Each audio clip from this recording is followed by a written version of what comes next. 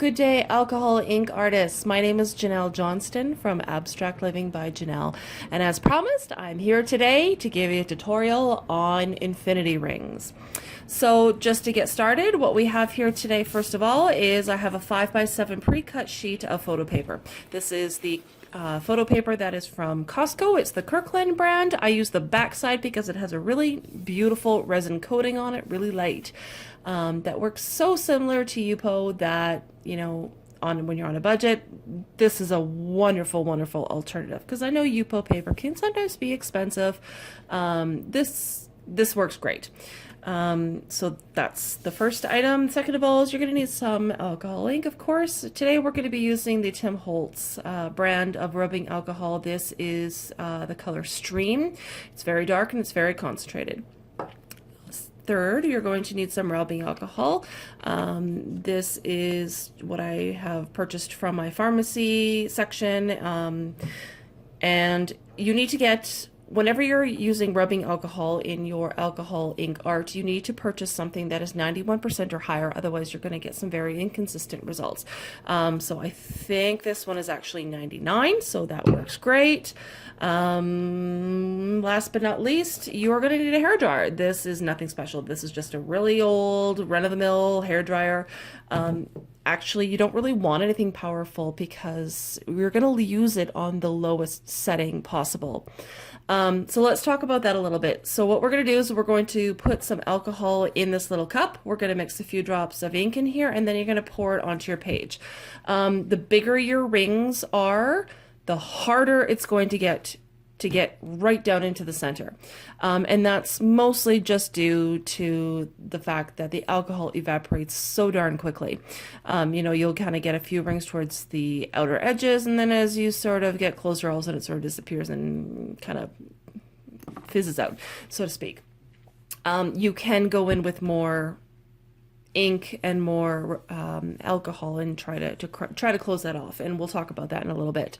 But how this all works is that it's best to have a dilution of your inks, unless of course you're using a really light colored ink like there's like a light lavender color and a light peachy color. I can't remember the names off the top of my head. Those ones are really, really light and wouldn't necessarily require dilution, but definitely something with Stream, which is probably one of the darkest colors that you can get. You need to have your inks diluted. The more diluted they are, the more rings you're going to see, the more definition you'll see as we go along. So without any further ado, let's just go ahead and get started. When you're working with your hair dryer, you're not going to be pointing it directly at the ink pool that you've made. You're actually going to be working from the outside in. We'll talk about that more. I put about 1 milliliter of alcohol in here, which is really barely covers the bottom. And again, because Stream is so concentrated, I'm only going to actually use 2 drops. That's it. That's all we're going to use. We're going to go nice and easy and light. The shape that your pool of ink comes out in is going to be the shape of your ring. So let's give it a go. All right. Okay. And I'm just going to let that sit for just a minute. Now I'm going to turn my blow dryer on low, and I'm going to very gently work from the outside in. Again, I'm not very close to my ink. I'm actually blowing from about a foot away. You want to dry the ink from the outside and work it in.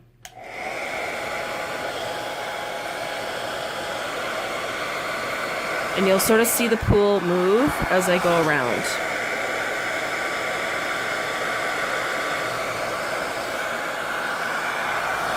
Sorry, I bumped you guys.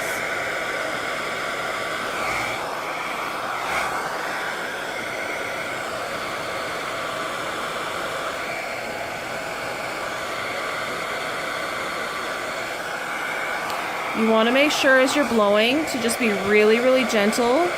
You don't want your pool of ink to go over any pre-existing lines that you've created already. So already you can see here at the bottom, you see how I'm moving it away? I'm pulling and moving it away. closer because it was a bit of too much of a space. Let's try working in a little bit from the edges. Looks like I got a couple of dust particles in here, but that's okay. They will definitely be less noticeable once it dries, so we can get rid of them.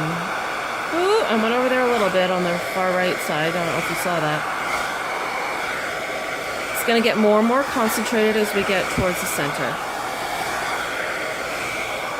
And then all of a sudden, you're going to be like, oh my gosh, I've really got any ink left. Yep, that's going to happen. And then that's when you really have to start working quickly. Like now.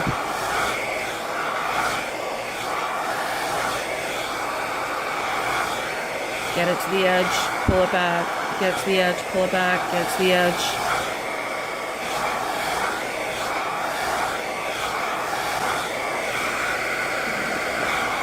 Just got some little dusty particles in there that we're going to get rid of. Okay, all right. So that was, I would say that was actually a fairly large ring by my standards. That's roughly about maybe 3 inches. If you want to get further in there, then see if you can close that ring up a little bit. All you need to do is add a little more alcohol. So I'll fill my cup again. Be very careful not to drop any more alcohol or ink around there or you'll mess up your ring. Done that before. But hey. Nature's inconsistent, right? All right, so I'm going to put a little bit in the middle here. Okay, whoa, that's good. All right, and I'm going to start working that in a little bit. It's going to pick up on some of the alcohol that's already on the page, too.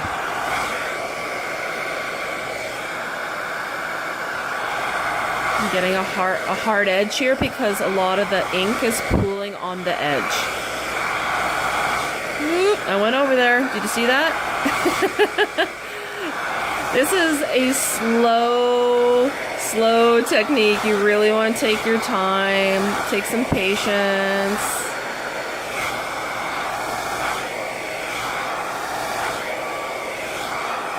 It does take time. There we go. We got some more. And essentially you just keep going and going and going until you get right down to the middle. So the other technique that you can use, again, that I tried to get some of these on the edges, and as you can see, some of them are much, much lighter than others, is I didn't even fill up a cup with alcohol and ink. All I did was actually drop a pool of ink right on the edge here and kind of let it go in to the other rings a little bit and draw and pull that ink out. And it'll get lighter and lighter as you go around because obviously there's less and less ink, but you basically use the ink that you already have on the page and draw and pull it out and swirl and dry and you keep on going. So this is just one little simple technique that can be incorporated in so many different ways and so many different paintings. You can try multiple colors. Obviously, whatever you mix in, the colors are going to mix together to create a new color. So keep that in mind. Whatever you put in is not the solid color that you're going to get because the inks are going to mix as they reactivate themselves. But I think it's a wonderful technique and I can't wait to see what you guys come up with. I know there's some amazing, ingenious, creative minds out there, and I'm really looking forward to see what you guys can do. I hope you have a great day, and we'll see you soon. Bye.